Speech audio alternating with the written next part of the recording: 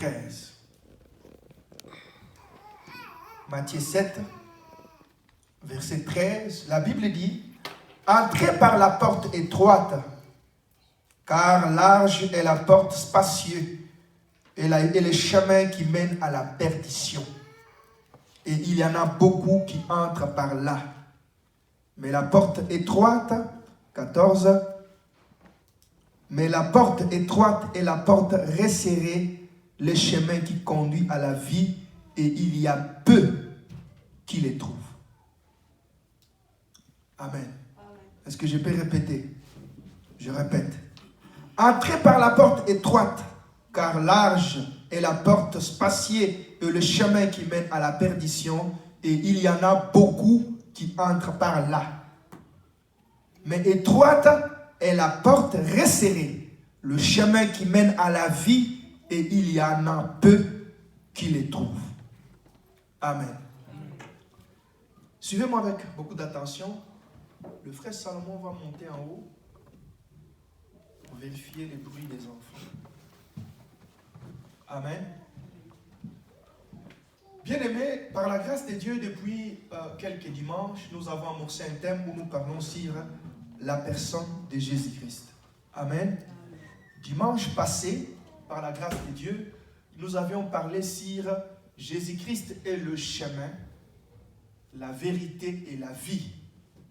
Nul ne va au Père que par lui. Jean chapitre 14, versets 6 à 7. Nous avons expliqué dimanche passé que Jésus-Christ, il n'est pas un chemin qui mène au ciel, mais il est le chemin qui mène au ciel. C'est-à-dire quoi? En dehors de Jésus-Christ, il n'y a pas un autre chemin qui peut amener quelqu'un au ciel. Est-ce qu'on est ensemble? Est-ce qu'on est ensemble? Amen. Ça, c'est la première des choses que j'aimerais que chacun de nous retienne. Vous savez bien, mes frères et sœurs, quand le Seigneur parlait dans la foule, il parlait en parabole. Amen. Amen. Mais lorsqu'il rencontrait ses disciples, 2, 3, 4, dans les secrets, il leur parlait ouvertement. Est-ce que quelqu'un me comprend? Pourquoi il leur parlait ouvertement?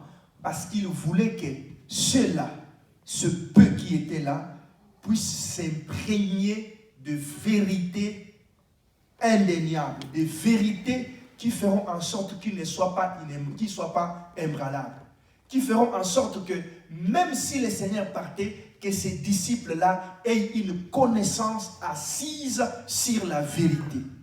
Amen. Alléluia. C'est pourquoi aujourd'hui, permettez-moi d'être un peu, comment je peux dire, d'être un peu ordinaire, de ne pas prêcher comme j'ai l'habitude de le faire. J'aimerais qu'ici, que chacun de nous comprenne, parce que nous l'avons dit dimanche passé, que c'est ça même le fondement de la foi. C'est ça la raison pour laquelle toi et moi nous avons crié. Amen. Celui qui n'a pas compris ça ne peut pas aller loin avec Dieu. Et la partie que nous sommes en train de toucher même aujourd'hui, peut-être même dimanche prochain par la grâce de Dieu, bien aimé, si tu ne comprends pas ça, j'aimerais déjà te dire, ça sera difficile que tu entres au ciel. Presque impossible. Amen. Est-ce que quelqu'un me suit? Nous avons dit ceci, la première des choses que nous devons retenir, c'est que Jésus est le seul chemin. Il n'y a pas un autre chemin. Il n'y a pas une alternative. Il n'y a pas une autre personne en qui nous pouvons croire et qui peut nous amener au ciel. Et nous avons dit, le ciel, c'est une condition obligatoire pour tout homme qui vit sur le soleil. Amen. Parce que tout homme mourra. N'est-ce pas? Et Amen. Amen. Tout homme va mourir. Est-ce que tu le sais? Ah oui, hein, tu dois le savoir. Alors, tout homme qui meurt, il va dans deux endroits. C'est ce que nous avons dit. Il va soit au ciel, soit en enfer. Pour qu'il puisse aller au ciel, il faut qu'il connaisse le chemin qui mène au ciel. Est-ce qu'on est ensemble? C'est comme quelqu'un qui veut aller au métro Henri Bourassa. Et puis tu te mets ici sur la cordère. Les bus arrivent, tu montes. Mais tu vas te retrouver à l'Angélier au lieu d'Henri Bourassa. N'est-ce pas?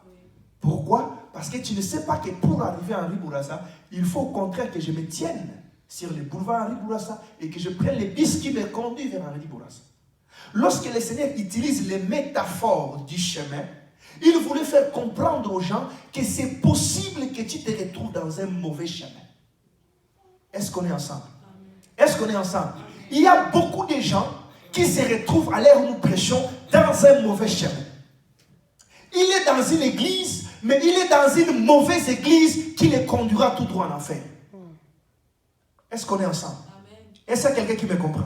Suivez-moi très attentivement. Jésus-Christ dit que je suis le chemin, la vérité et la vie. Personne ne peut aller au Père s'il ne passe par moi. Nous avons dit que tout homme sur la terre finira par mourir. Que tu sois milliardaire, millionnaire ou pauvre, ta finalité, c'est la mort. Et lorsque tu meurs, tu n'as que deux choix, tu n'as que deux chemins. Soit tu vas rencontrer ton Seigneur, ton Dieu, soit tu vas en enfer. Mais pour aller rencontrer Dieu, il faut connaître les chemins qui mènent vers Dieu. Est-ce qu'on est ensemble? Et ce chemin qui mène vers Dieu, c'est Jésus-Christ de Nazareth. Et nous avons dit que celui qui n'a pas accepté Jésus-Christ dans sa vie, c'est-à-dire qu'il n'a pas encore découvert le chemin qui mène au ciel. Quand il mourra, c'est clair et net qu'il finira toute son éternité en enfer. Nous avons dit que ne suivez pas des prières qu'on fait, un pasteur qui porte une longue robe, qui vient le jour de la mort, qui prie sur les cercueils. Oh Seigneur, reçois cet homme, reçois cette femme. On a été assez long et large dimanche passé là-dessus. Nous avions expliqué que Dieu, ce n'est pas le Dieu des morts, mais le Dieu des vivants. Amen. Amen. Il est réservé à l'homme de vivre qu'une seule fois, de mourir, après quoi vient le jugement.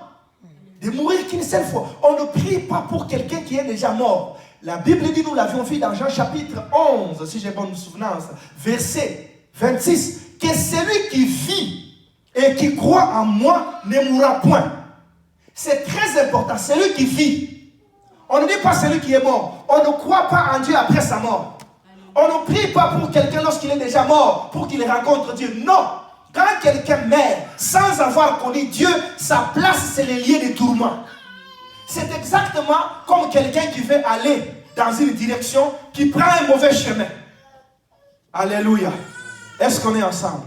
La question que j'aimerais te poser, est-ce que toi et moi, nous rencontrerons le Seigneur? Bien-aimé, la plus grande malédiction que l'on puisse connaître sur la terre, c'est de mourir et de ne pas rencontrer son Créateur. Imagine un peu comment tu es beau, comment tu es belle. Alléluia. Et imagine un peu que tu ne puisses pas rencontrer celui qui t'a créé à son image. Quelle douleur. Alléluia. La Bible dit, tel qu'il est, tel nous sommes. En ce jour-là, nous le verrons tel qu'il est. Alléluia. Est-ce qu'on est ensemble?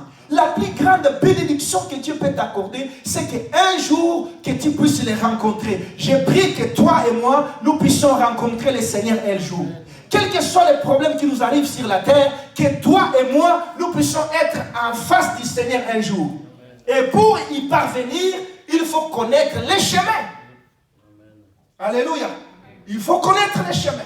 Et ces chemins-là, nous avions dit ça dimanche passé, c'est Jésus-Christ de Nazareth. Nous avons dit qu'en dehors de Jésus, Actes des Apôtres chapitre 4, allez lire tous les chapitres, nous avions dit que c'est le seul nom qui a été donné aux hommes par qui ils peuvent être sauvés. C'est le seul nom qui a été donné aux hommes. C'est-à-dire que si tu es un homme blanc, rouge, noir, toutes les races du monde que nous connaissons, si tu es seulement un homme, en dehors de Jésus, il n'y a pas un autre nom qui peut te sauver. Est-ce qu'on est ensemble? Chers chrétiens, écoutez-moi, toi qui es là aujourd'hui. La raison pour laquelle nous avons crié en Jésus, c'est que c'est le seul qui peut sauver les hommes. Amen. À moins que tu sois un animal. Pour les animaux, je ne sais pas. Mais les hommes, le chemin qui les conduit au ciel, la seule personne qui peut les sauver, c'est Jésus. Est-ce qu'on est d'accord? Est-ce qu'on comprend d'abord? C'est la première des choses. Amen. Alors, la deuxième des choses, nous avons dit qu'il y a plusieurs religions sur la terre. Vous entendez tout. Oh, moi je suis musulman. Moi je prie avec Allah. Moi Allah, ce n'est pas un nom qui sauve. Est-ce qu'on est ensemble? Est-ce que quelqu'un m'entend? Oh non, moi je prie les prophètes. Nous avions dit que lisez tous ces prophètes-là, que ce soit Mohammed, que ce soit Bouddha, que ce soit tous les grands noms que nous connaissons, aucun de ces prophètes n'a dit à ses disciples qu'il était le chemin, la vérité et la vie. Que personne ne pourra voir Dieu sans lui. Allez lire les écritures de ces hommes-là. Allez lire tous ces hommes-là. Personne n'a levé son doigt. Que ce soit Moïse, Abraham, Isaac, Jacob. Toutes ces personnalités-là étaient des très grandes personnalités dans la Bible. Personne d'entre eux n'a élevé son doigt pour dire aux hommes que personne ne verra Dieu que par moi. Personne. Pourquoi? Parce que la vérité, c'est qu'ils n'étaient pas les chemins. Ils ne pouvaient pas mentir aux gens qui sont les chemins. Mais aujourd'hui, il n'y a que certaines personnes qui les ont succédés, qui ont traduit, qui ont torpillé leurs enseignements pour dire aux gens que croyez aux prophètes, croyez à Kimbangu. J'aimerais dire à quelqu'un, Kimbangu ne sauve pas, Kimbangu ne sauvera personne. Si tu es ici et tu penses, même si tu me suis dans les réseaux sociaux, que Kimbangu peut te sauver, tu te trompes. Alléluia. Alléluia. Jésus-Christ est le seul chemin qui mène vers le Père. Les hommes ne devraient pas s'écarter de Jésus. Les hommes ne devraient pas bouder Jésus. Les hommes ne devraient pas tourner les doigts à Jésus. Pourquoi? Sans Jésus, tout homme est perdu. Amen. Est-ce qu'on est ensemble? Est-ce qu'il y a quelqu'un qui me saisit? Alors, écoutez-moi très bien. Nous avons dit que, mais pourquoi c'est là? Quelqu'un peut me dire, ah, mais Jésus était aussi énorme. Mais pourquoi seulement lui? Nous avions dit ceci. La Bible déclare que Dieu est 3 fois saint. On ne peut pas voir Dieu dans l'état de l'impureté. Dieu est 3 fois saint. Pour rencontrer Dieu, il faut être saint comme lui.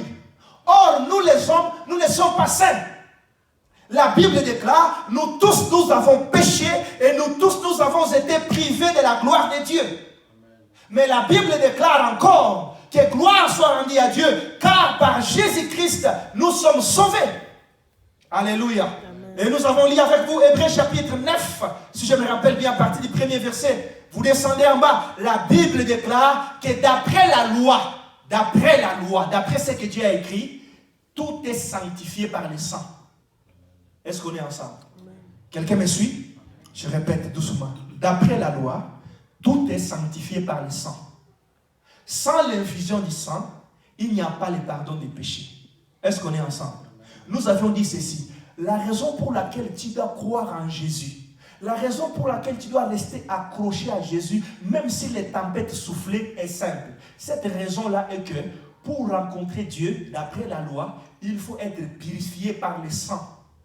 C'est pourquoi dans l'ancienne alliance, avant que Jésus ne vienne, on sacrifiait des boucs et des animaux pour juste tenter de couvrir les sangs. Est-ce qu'on est ensemble? Mais lorsque Jésus-Christ, pour tenter de couvrir les péchés, voulais-je dire. Mais lorsque Jésus-Christ est venu, il a répandu son sang pour que tous les hommes soient purifiés par ce sang, afin qu'ils soient capables de rencontrer Dieu. Est-ce qu'on est ensemble? Et nous avons dit ceci, Bouddha n'est pas mort à la croix. Kimbangu n'est pas mort à la croix. Mohammed n'est pas mort à la croix. Moïse n'est pas mort à la croix. Abraham n'est pas mort à la croix. Personne de ces hommes-là n'a versé son sang pour purifier les hommes. Alors lorsque tu crois en eux, c'est-à-dire que tu crois aux hommes qui ne peuvent pas te purifier. Est-ce qu'on est ensemble? Nous croyons en Jésus parce qu'il nous a purifiés par son sang. Et cette purification nous permettra de rencontrer Dieu parce que notre Dieu est 3 fois saint. Est-ce qu'on est ensemble? Est-ce que quelqu'un retient la deuxième raison? Je parle ça doucement pour qu'on retienne. Je voudrais même que les gens écrivent. Si tu as quelque chose, il faut écrire, noter. La raison pour laquelle nous avons crié à Dieu, il est le seul chemin. Pourquoi est-il le seul chemin? Parce que c'est lui qui a versé le sang pour purifier les hommes, afin que les hommes entrent au travers de ce sang, à travers que les passages de leur chemin vers Dieu soient clairs, purifiés, nettoyés. Amen. C'est-à-dire que toute personne qui ne croit pas en Jésus, qui croit à un maître spirituel XY, il ne rencontrera jamais Dieu parce qu'il est toujours dans l'état de l'impureté. Est-ce qu'on est ensemble? Parce que le pardon s'obtient par le sang. En dehors du sang, il n'y a pas le pardon. Tu peux dire à Dieu, comme il y a certaines personnes qui pensent que oh, il faut faire des bonnes choses sur la terre, donner des cadeaux aux gens, être gentil. Ce n'est pas ça qui sauve. Tu peux être gentil, tu peux donner ton argent au monde, tu peux distribuer tout ce qu'il veut. Ce n'est pas ça qui va te sauver. Ce qui va te sauver, c'est le pardon que Jésus-Christ t'accorde parce que tu as crié en lui. C'est pourquoi je pourrais dire ceci. Quand on dit qu'est-ce que tu as crié en Jésus, croire en Jésus c'est quoi? C'est donner sa vie à Jésus, croire que je suis pécheur. Et Père dit, c'est Jésus seul qui peut me sauver. C'est lui seul qui peut me pardonner. Lorsque tu crois en cela, que tu décides d'abandonner le mal et de s'attacher à Jésus, c'est ça ce que signifie croire en Jésus. Est-ce qu'on est ensemble? Est-ce que quelqu'un me saisit? C'est pourquoi si tu vérifies dans beaucoup des assemblées, beaucoup de gens n'ont jamais donné leur vie à Jésus. J'aimerais aujourd'hui parler calmement, doucement, pour que chacun de nous me comprenne. Alléluia. Et aujourd'hui, ce que nous voulons faire comprendre, c'est que comment le chemin de Christ se manifeste en quelque sorte. Si je peux dire en un français pilement technique, je peux dire quelles sont les caractéristiques du chemin de Christ. Amen. Alléluia. J'ai cherché l'équivalent de ces mots dans le langage biblique, je n'ai pas vraiment trouvé ça. Donc, les caractéristiques, c'est-à-dire ce qui peut te permettre de comprendre que je suis sur le chemin de Christ ou je ne le suis pas. Amen. Parce qu'il y a beaucoup de gens, ils vont à l'église, ils prient, ils chantent, mais il est loin du chemin de Christ. Amen. Ce que nous pouvons retenir aujourd'hui, quand on parle d'un chemin, bien aimé, le chemin, ce n'est pas un lieu où on vient dormir. Est-ce qu'on est ensemble? On ne dort pas sur un chemin. On ne se repose pas sur un chemin. Lorsque tu te places sur un chemin pour partir quelque part, bien aimé, tu dois être debout. Tu dois être déterminé pour partir vers ta destinée. Est-ce qu'on est ensemble? Lorsque le Seigneur dit aux gens que je suis le chemin, qu'est-ce qu'il voulait leur dire? Il voulait leur signifier que celui qui croit en moi, sur le plan spirituel, s'il ne le sait pas, il entre dans un chemin. Alléluia. Et ce chemin-là les conduit vers la destinée finale, vers la félicité éternelle. Ce chemin-là les conduit vers Dieu, vers les paradis, vers les lieux de la joie et les lieux de la paix. C'est ça la destination finale de ce chemin. Est-ce qu'on est ensemble?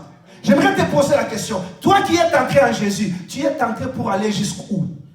Il y a certaines personnes qui ont entré en Jésus pour aller jusque vers leur mariage. Dès qu'ils trouveront leur mariage, c'est fini. Ils ont atteint la course. Ils ont remporté la couronne. Il y a certaines personnes qui ont la destination finale, une réussite dans un domaine quelconque de la vie. Dès qu'ils trouvent la réussite dans ce domaine-là, Dieu n'a plus sa raison d'être. J'aimerais dire à quelqu'un, Jésus n'est pas le chemin qui nous amène vers le bonheur. Jésus est le chemin qui nous amène vers Dieu. Alléluia.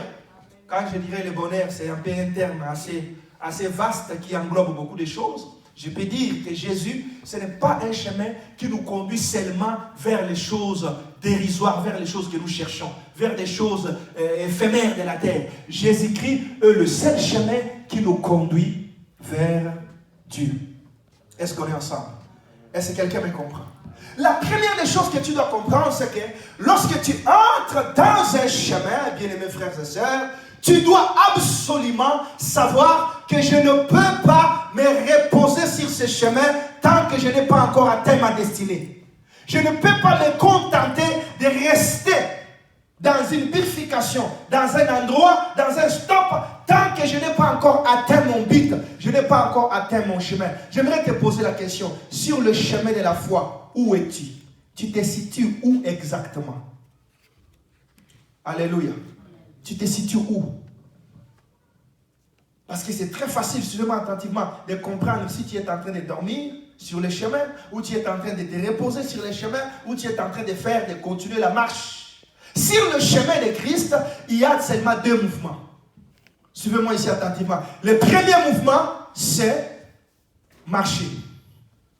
Amen. La marche. Le deuxième mouvement, c'est la course. Est-ce qu'on est ensemble? Est-ce qu'on est ensemble? Dans le chemin ou sur le chemin de la foi, il y a ceux qui courent, il y a aussi ceux qui marchent. Apôtre Paul dit que je cours, non pas comme à l'aventure, je frappe. 1 Corinthiens chapitre 9, verset 26 à 27, nous allons les lire tout à l'heure. Il y a certaines personnes qui, lorsqu'ils sont dans le chemin, ils courent.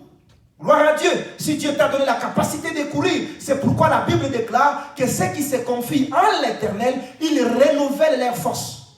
Ils prennent l'envol comme les aigles. Ils courent et ils ne se fatiguent point. Ils marchent et ils ne se lâchent point. Est-ce qu'on est ensemble? Dans le chemin de la foi, il y a ceux qui courent et il y a aussi ceux qui marchent. Si Dieu te donne la force de marcher, gloire à Dieu. Si te donne la force de courir, gloire à Dieu. Mais le mouvement qui est obligatoire, c'est la marche. Alléluia. Alléluia. La marche. Continuez la marche vers notre destination finale. Bien-aimés frères et sœurs, il y a un certain nombre de personnes dans nos églises, ils ont cessé de marcher vers leur destination finale. Bien-aimés, pour bien comprendre cela, si nous rentrons même en Égypte, Exode chapitre 3, verset 7, nous verrons que Dieu dit à son peuple que j'ai entendu les cris de mon peuple. J'ai vu leurs souffrances et je suis descendu pour les sortir de ce pays, les amener dans un pays où coule le lait et le miel. Alléluia. Et si vous lisez la Bible, quand Israël est sorti, avant qu'il n'arrive à Canaan, qu'est-ce qu'il faisait? Il marchait. Est-ce qu'on est ensemble? Alléluia. Il marchait. Il marche aujourd'hui, Dieu leur dit, arrêtez-vous là. Ils s'arrêtent et puis ils mangent, ils préparent un peu de choses. Le lendemain, ils sortent encore. Ils ont fait comme ça 40 ans sur le chemin en train d'aller vers Canaan. C'est-à-dire que la foi, c'est un chemin. Est-ce que quelqu'un me suit? Est-ce que quelqu'un me suit? La foi est un chemin. Lorsque nous croyons en Christ, nous entrons sur un chemin. Et ce chemin nous amène vers Dieu. Bien-aimés frères et sœurs, n'abandonne pas le chemin de Christ tant que tu n'es pas encore arrivé à la destination. Est-ce que je parle à quelqu'un? Est-ce que quelqu'un m'entend? La destination finale, c'est la félicité. C'est le ciel, le lieu de paix et le lieu de joie. Beaucoup de gens abandonnent le chemin. Ils sortent dans le chemin de la foi. Lorsqu'ils ne sont pas encore arrivés, ils n'ont pas même encore atteint les buts. Ils n'ont pas encore touché l'objectif pour lequel le Seigneur les appelle. Mais par négligence ou par toutes sortes de choses, ils lâchent. Bien-aimé, j'aimerais dire à quelqu'un, la Bible déclare que les lâches n'hériteront point le royaume des cieux. Est-ce qu'on est ensemble? Les lâches. Est-ce que vous connaissez un lâche? C'est qui un lâche? C'est lui qui commence et qui abandonne. La Bible dit, malheur à celui qui tient la charrie et regarde en arrière. Amen. Vous savez, quand j'étais trop jeune dans la foi, lorsque je disais le Seigneur, malheur à celui qui tient la charrie et regarde en arrière, je disais à Dieu, mais ça c'est un peu aussi difficile. Comment dire aux gens malheur parce que tu as déjà tenu la charrie?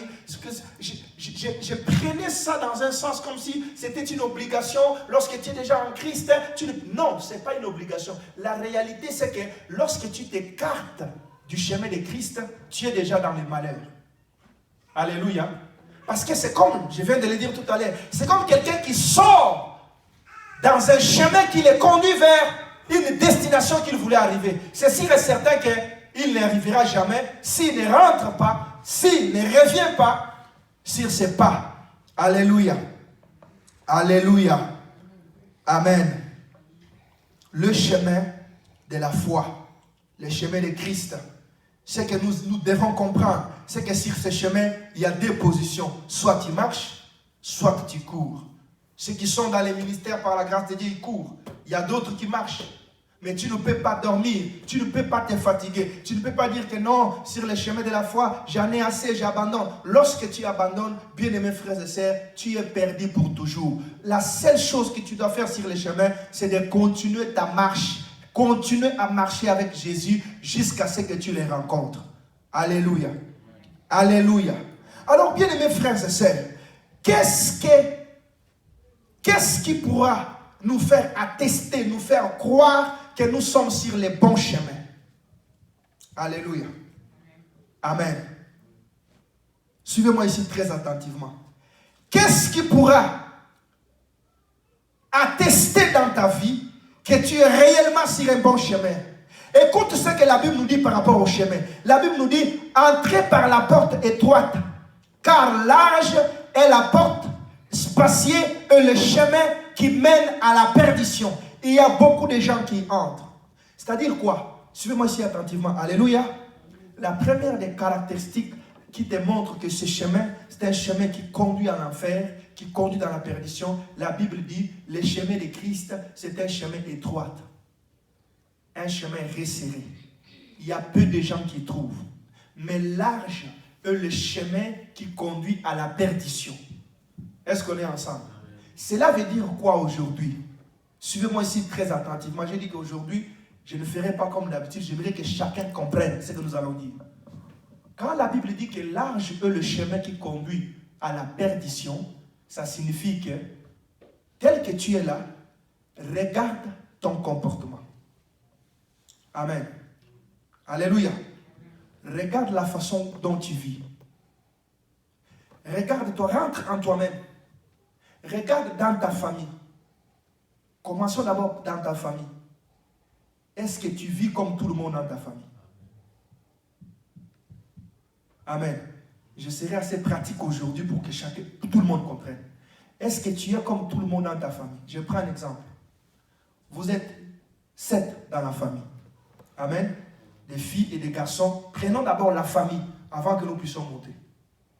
Au sein de cette famille, tout le monde a sa façon de vivre. Amen. Et si vous regardez bien, même si vous ne vous partagez pas les secrets, tout le monde a sa façon de vivre. Mais la réalité, c'est que vous vivez tous de la même manière. Tout le monde vit dans les mensonges. Si toi, tu es aussi dans les mensonges, ça veut dire que tu es dans la porte de la largesse. Est-ce qu'on est ensemble? Est-ce que quelqu'un me comprend? Large est la porte spacieuse qui conduit à la perdition. Il y a beaucoup de gens qui entrent. C'est-à-dire quoi? Le monde tel que nous sommes, là, tel que nous vivons, les habitudes du monde sont les habitudes auxquelles beaucoup de gens pratiquent facilement. Est-ce qu'on est ensemble? Tout le monde ment facilement. Tout le monde vit dans l'impudicité facilement. Tout le monde vit dans l'adultère facilement. Tout le monde vit dans les mensonges facilement. Si vous regardez les jeunes gens, si vous sortez, vous regardez les jeunes gens, comment ils marchent, vous allez vous poser la question, est-ce qu'ils dorment tous dans une même maison ou chacun dort chez eux? C'est-à-dire vous trouvez qu'ils sont tous animés des mêmes esprits. Ils ont tous les pantalons ici. Ils ont tous les mêmes modèles de cheveux, ils ont tous les mêmes modèles de maquillage, ils ont tous les mêmes modèles d'habillement, ils ont tous les mêmes modèles de parler, ils vivent, même s'ils sont différents, chacun vit dans son coin, mais ils ont une même mentalité. C'est ce que la Bible appelle le chemin de la perdition. Est-ce qu'on est ensemble? Est-ce que quelqu'un me comprend? C'est-à-dire que tel que tu es là, tu peux te rendre compte si tu es dans ce chemin-là ou si tu ne l'es pas. La Bible dit, étroite est le chemin qui conduit à la vie. Il y a peu de gens qui les trouvent. C'est-à-dire que dans ta famille, si tu es différent de tout ce qui vit dans ta famille, ça veut dire que tu es dans le chemin de la vie. Est-ce que quelqu'un m'entend? Alléluia. Alléluia. Alléluia. Est-ce qu'il y a quelqu'un qui comprend ce que j'ai dit? C'est-à-dire que le chemin resserré, le chemin étroit, c'est le chemin où quand tu es dedans, toi-même, tu sauras que tu es dedans. Et ceux qui sont autour de toi, ils te diront que toi, tu es différent. Est-ce qu'on est ensemble? Ils ne vont pas te dire dans des termes spirituels, ils vont te dire, toi, tu es bizarre. Hein? Toi, tu es compliqué. Pourquoi tous tes amis sortent avec les gars, toi, tu ne sors pas avec les garçons? Pourquoi nous, quand on se retrouve dans tel endroit, pourquoi quand on se retrouve dans une boîte, dans un bistrot, ce qu'on appelle bistrot ici, pourquoi tu ne viens jamais avec nous? Mais comprends qu'ils sont dans le chemin qui mène à la perdition. Est-ce qu'on est ensemble?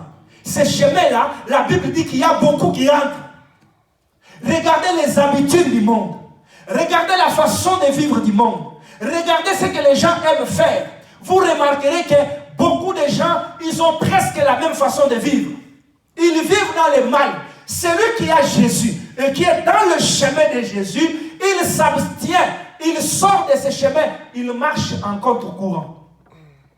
Est-ce qu'on est ensemble? Est-ce qu'on est ensemble? C'est-à-dire, lorsque ses amis, tous ses amis, vont chaque soir dans les bistrots, aller boire, aller chercher des choses, lui, il refuse d'aller, il prend les contre-courants. C'est ça le chemin. Et la Bible dit que quand tu es dans ce chemin-là, sache que les premières des caractéristiques, c'est que ce chemin-là est resserré. C'est un chemin étroit. C'est-à-dire que tu ne verras pas beaucoup de gens là-bas. Est-ce que quelqu'un comprend? Amen. Alléluia. Amen.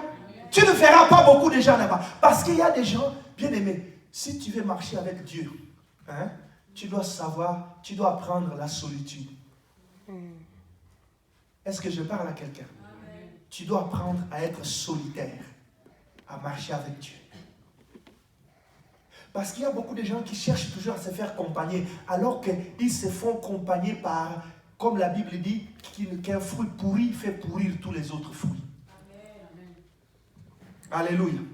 Comme nous l'avions dit dimanche passé, tu es entouré de personnes qui ne sont pas là pour t'aider, ils ne sont pas là pour te soutenir, ils ne sont pas là pour te montrer un chemin qui mène vers Dieu. Sépare-toi de ces gens-là. Parce que la Bible dit, large est la porte qui conduit à la perdition. Il y a beaucoup de gens qui trouvent cette porte-là. Il y a beaucoup.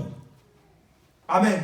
Si tu vas aller ce soir dans les bars, dans les bistrots, aujourd'hui c'est dimanche, peut-être samedi, tu verras que c'est plein là-bas. Amen. Mais quand il faut aller à l'église, on te dira, tu vas où à l'église? Ah, ok. Gloire à Dieu. Tu vas faire quoi? Tu vas aller prier. Ah, tu vas aller prier pourquoi? Oh non, mais pourquoi? Le frigo est plein, la nourriture est pleine, il y a à manger. Puis pourquoi tu vas aller à l'église? Tu vas aller faire quoi?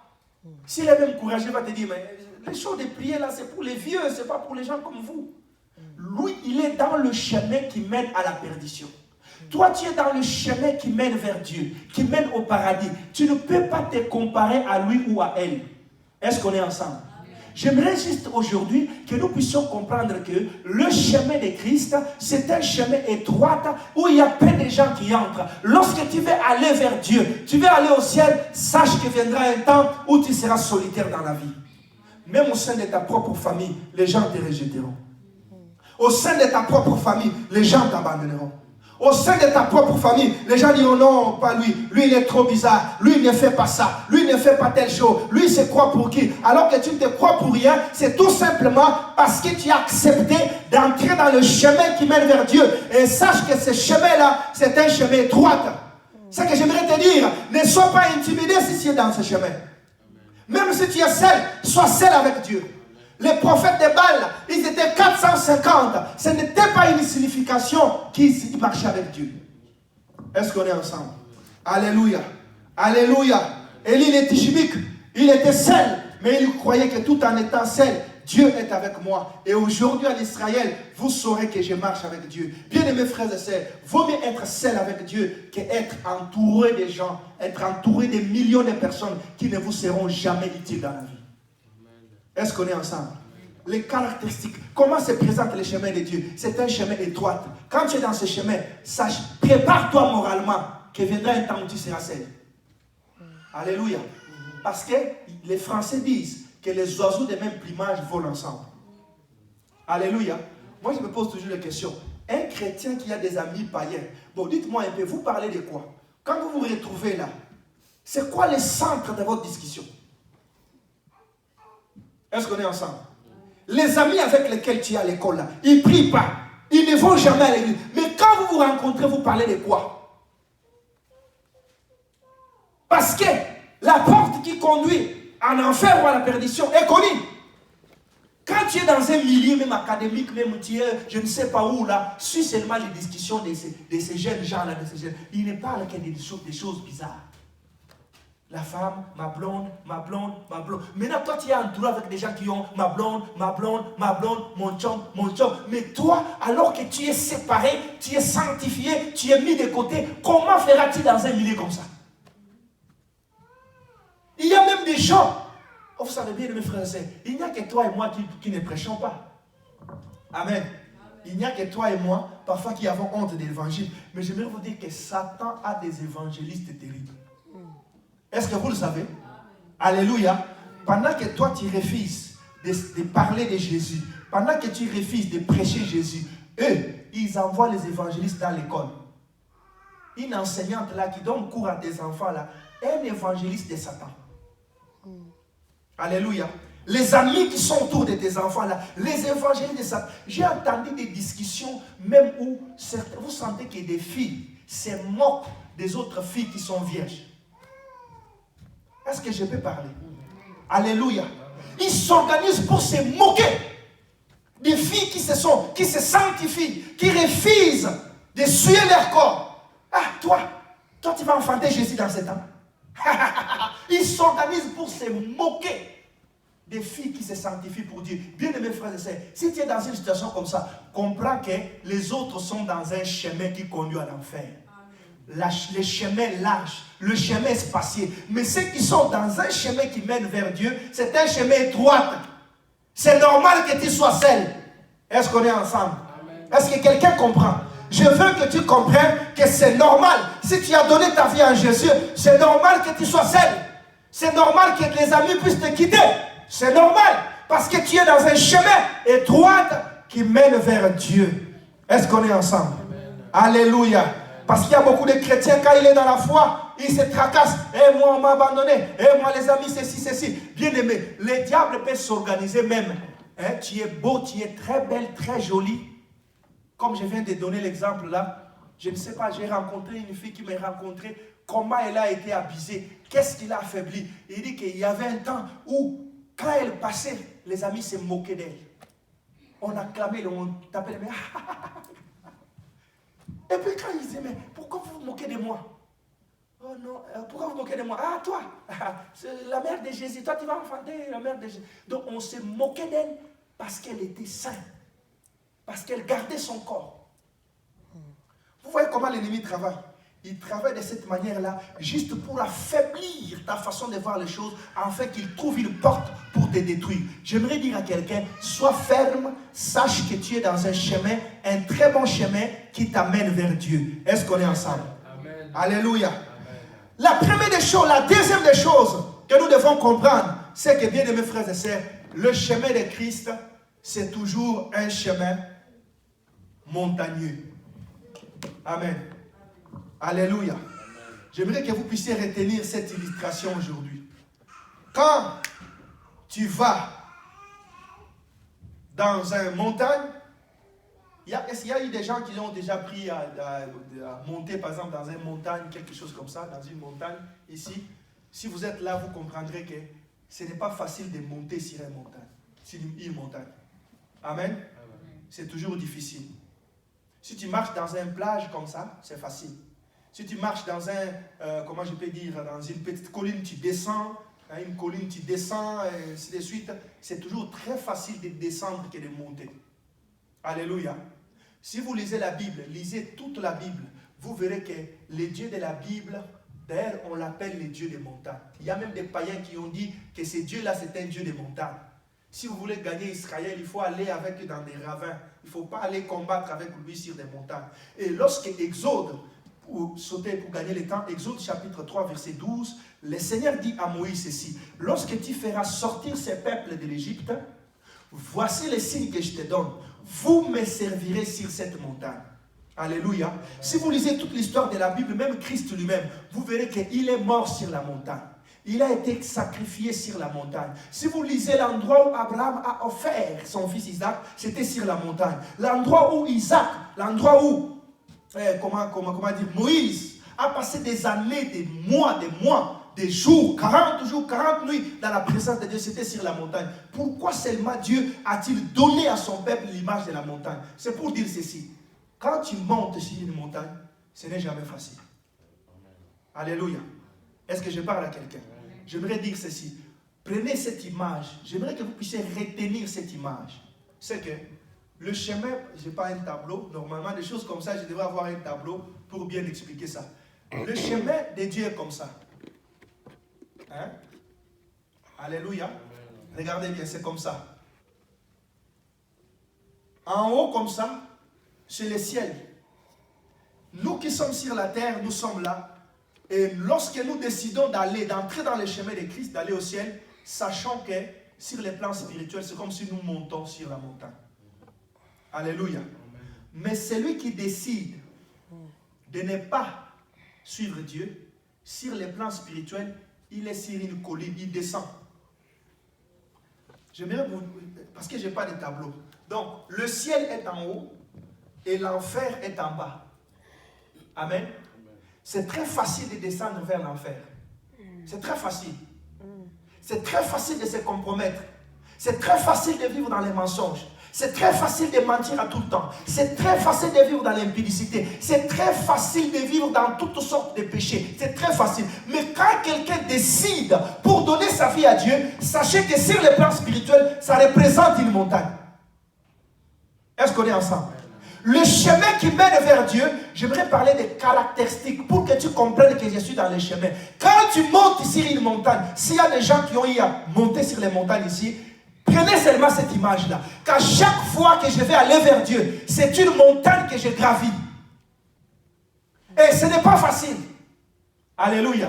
Ils te font les efforts, ils te font les sacrifices, ils te font la persévérance, ils te font la ténacité. Mais lorsque tu ne comprends pas ça, tu penses que non, je vais me laisser comme ça, c'est trop difficile, je ne monterai plus sur la montagne. Tu commences à vivre comme tout le monde, sache que sur les plans spirituels, tu redescends. Alléluia. Est-ce qu'on est ensemble? Tu descends.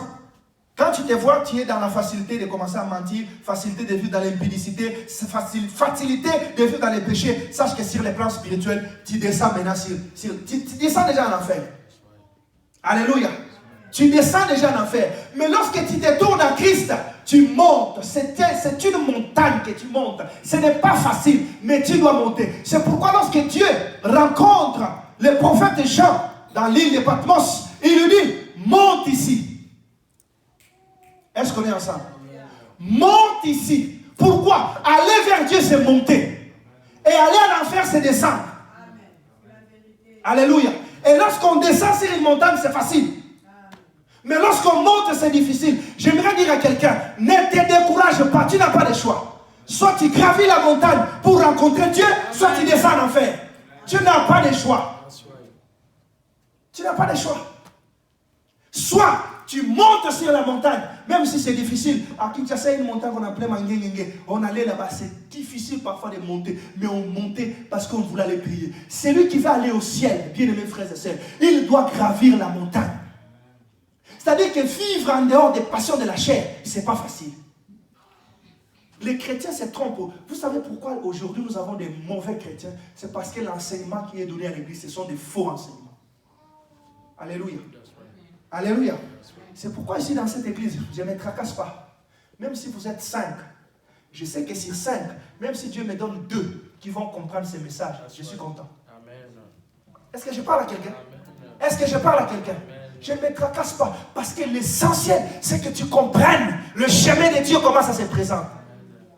Recevez les mariages, recevez les bonbons, recevez les biscuits. C'est pourquoi quand les tribulations arrivent, tout le monde abandonne la foi. Pourquoi? Parce qu'ils n'ont pas été préparés. Ils ne comprennent pas comment se présente. Le chemin de Christ, c'est une montagne. Retiens ça, c'est une montagne. Dieu dit ceci à Moïse.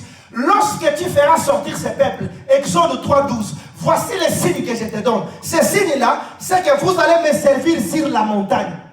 On ne sert pas Dieu au bas de la montagne. On sert Dieu sur la montagne. Et pour gravir la montagne, c'est difficile. Tu vas rester à la maison et puis à le sommet. Ah, aujourd'hui, je vais parler à l'église. Je suis fatigué. Oui, mais c'est normal.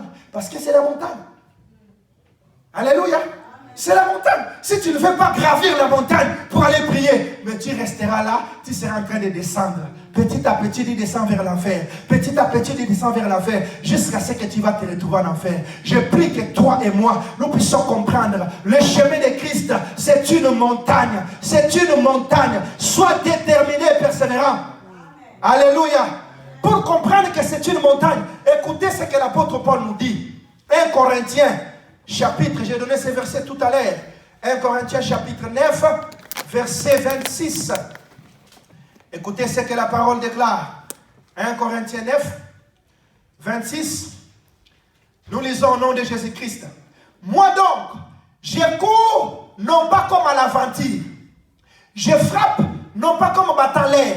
Mais je traite durement mon corps et je le tiens assujetti de peur d'être moi-même rejeté après avoir prêché aux autres. Est-ce qu'on est ensemble? Est-ce que vous comprenez ce que l'apôtre Paul veut enseigner? Il dit ceci, moi je suis sur le chemin.